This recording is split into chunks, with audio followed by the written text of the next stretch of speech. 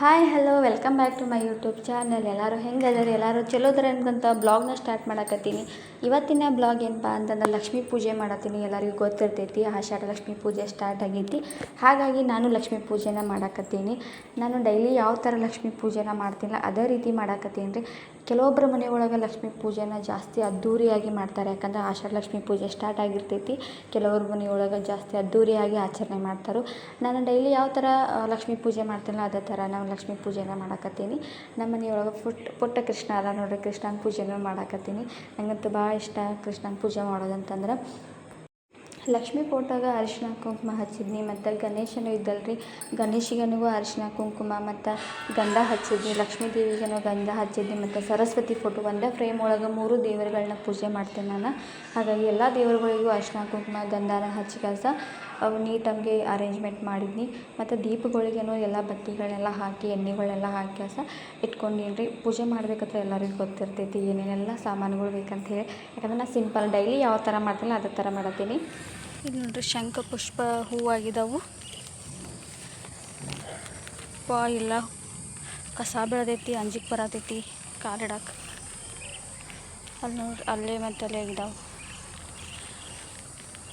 ನಾವು ಇದಕ್ಕೆ ಶಂಖ ಪುಷ್ಪ ಹೂವು ಅಂತೀವಿ, ಈ ಕಡೆ ಸೈಡ್ ಅಪರಾಜಿತ್ ಹೂವು ಅಂತಾರೆ. ಕೇಳಿ ಒಂದು ಸೆಕೆಂಡ್ ಶಾಕ್ ಆಯ್ತಂಗೆ. ನಾವು ಇದಕ್ಕೆ ಶಂಖ ಪುಷ್ಪ ಹೂವು ಅಂತೀವಿ ನೋಡಿರಿ, ಆ ಥರ ಐತಂತೇಳಿ. ಇದು ಶಿವನಿಗೆ ಭಾಳ ಪ್ರಿಯವಾದ ಹೂವು ರೀ. ಭಾಳ ಅಂದ್ರೆ ಭಾಳ ಇಷ್ಟ ಶಿವನಿಗೆ ಈ ಹೂವು ಅಂದ್ರೆ. ಆ್ಯಕ್ಚುಲಿ ಈ ಥರ ಹೂವುಗಳನ್ನ ಬೆಳೆಸಬೇಕು. ನಮ್ಮ ಮನೆ ಕಡೆ ಅಂತೂ ಇಲ್ಲ, ಇಲ್ಲಿ ಅಂತೂ ನಮ್ಮ ಕ್ವಾರ್ಟರ್ಸ್ದಾಗಂತೂ ಭಾಳ ಅದಾವೆ ರೀ. ಲಕ್ಷ್ಮೀ ಪೂಜೆ ಮಾಡತ್ತೀನಿ, ಅದಕ್ಕಾಗಿ ತೊಗೊಂಡು ಹೋಗಾಕತ್ತಿದ್ನಿ. ದೇವರಿಗೆ ಈ ಥರ ಹೂವು ಅಂದ್ರೆ ಭಾಳ ಇಷ್ಟ ನೋಡಿರಿ. ನಿಮ್ಮ ಊರ ಕಡೆ ಏನೇನಂತ ಕರಿತೀರಿ ಕಮೆಂಟ್ ಮಾಡಿರಿ.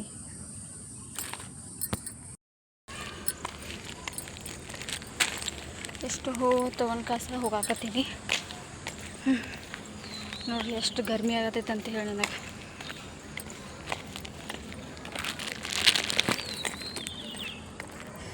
ಸಾಕಾಯ್ತಪ್ಪ.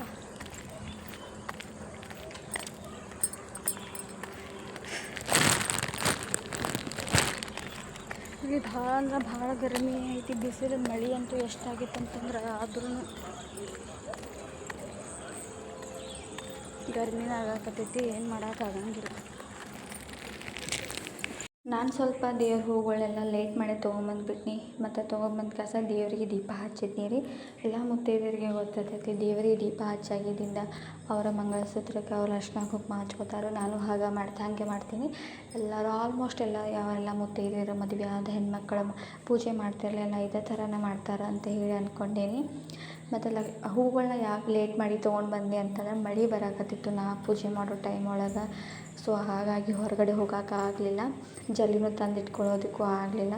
ಮಳೆ ನಿಂತಾಗಿದ್ದರಿಂದ ಹೂವು ತೊಗೊಂಡು ಬಂದುಬಿಟ್ಟು. ನನಗಂತೂ ಭಾಳ ಇಷ್ಟ ರೀ ಶಂಖಪುಷ್ಪ ಹೂವು ಅಂತಂದ್ರೆ, ಮತ್ತು ಶಿವನಿಗೆ ಭಾಳ ಪ್ರಿಯವಾದಿತ್ತಂತ. ಬಟ್ ಅಷ್ಟು ಗೊತ್ತಿತ್ತು ನನಗೆ. ಏನಾರ ತಪ್ಪಿತ್ತಂದ್ರೆ ಕಮೆಂಟ್ ಒಳಗೆ ತಿಳಿಸ್ರಿ, ತಿದ್ಕೋತೀನಿ.